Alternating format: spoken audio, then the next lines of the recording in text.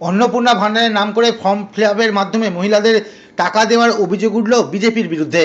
এই ঘটনাকে কেন্দ্র করে মধ্য হাওড়া তেলকল ঘাটে রাজনৈতিক উত্তেজনা তৈরি হয়েছে। তৃণমূল কংগ্রেসের পক্ষ থেকে হাওড়া ডিএম এবং নির্বাচন কমিশনের কাছে লিখিত অভিযোগ দায়ের করা হয়েছে।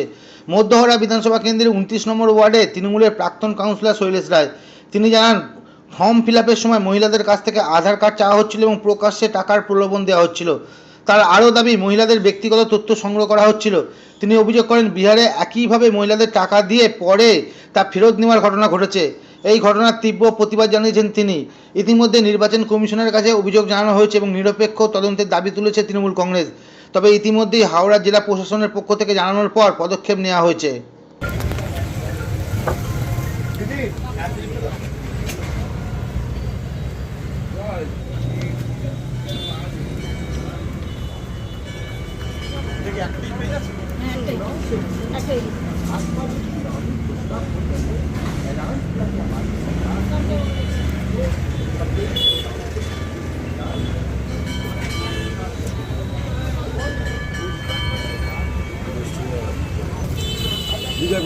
बड़ा होता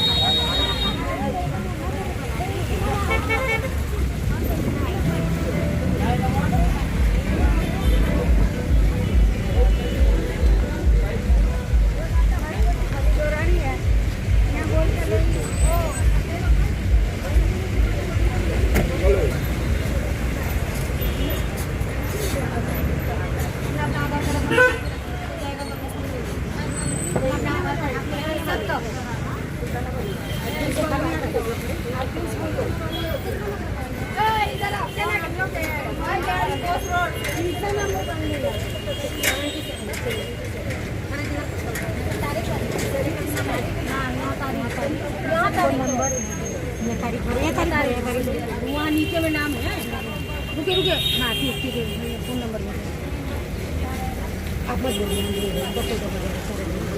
पानी नंबर सीनियर सिटीजन हमको बोलना मिलेगा, मोदी बोल तो रहे हैं, मिलेगा सरकार बनेगा तो मिलेगा। चलो कितना रुपया मिलेगा? 3000 मिलेगा। अभी क्या मिलेगा? अभी क्या मिलेगा? जब हमको नहीं आता भैया तब मिलेगा। आप कार्ड बनाया? हाँ।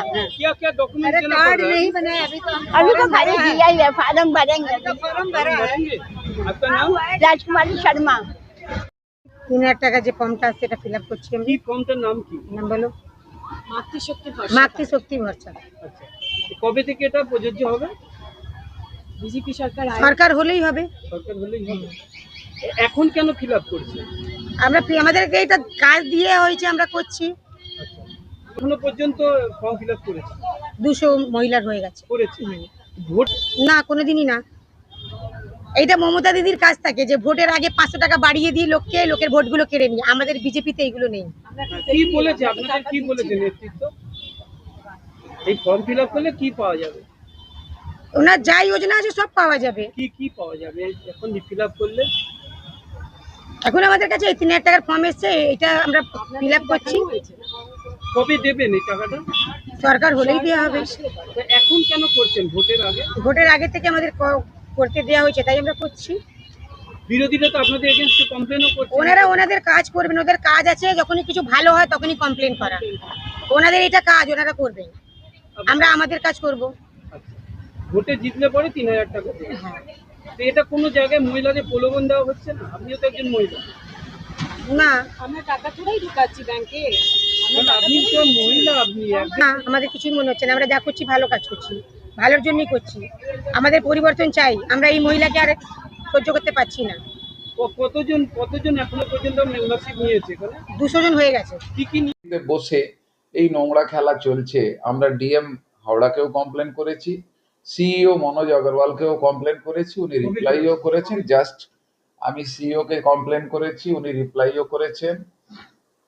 আমার কমপ্লেন এই ভিডিও একদম আজকে, কিন্তু ওনারা যেটা বলছেন যে আজ থেকে নয়, বিগত কতদিন ধরে। আর 1500 টাকা যে অ্যানাউন্স করা হয়েছিল সেটা দেওয়া শুরু হয়ে গেল ফেব্রুয়ারি মাস থেকে। আমরা ইলেকশন চলাকালীন কিছু আমরা নতুন কিছু নির্বাচন বিধি এখানে তো আপনারা দেখছেন যে এনারা তো ঘোষণা যখন নিজের দেখাচ্ছেন যে আমাদের এই ঘোষণাপত্র, এতে এনারা শুরু করেছেন। এই রিসেন্ট ওনারা প্রেস কনফারেন্স করে অমিত শাহ বললেন যে 3000 প্রত্যেক মহিলাকে, বেরোজগার যুবকদেরকে 3000। এই নির্বাচন ঘোষণার পর নমিনেশন হয়ে গেছে, উইথড্রয়াল ডেট শেষ হয়ে গেছে, আর এখন আজকে ফর্ম বিলি। অদ্ভুত ব্যাপার বাংলাতে শুরু হয়েছে।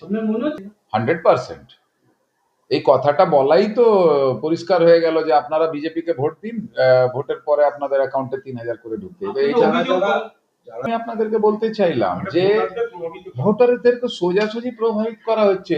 ওরা প্রলোভন দেখাচ্ছে যে আপনারা 1500 ছাড়েন না, আমরা 3000 দেবো, ভোট আমাদেরকে দিন, বিজেপিকে দিন।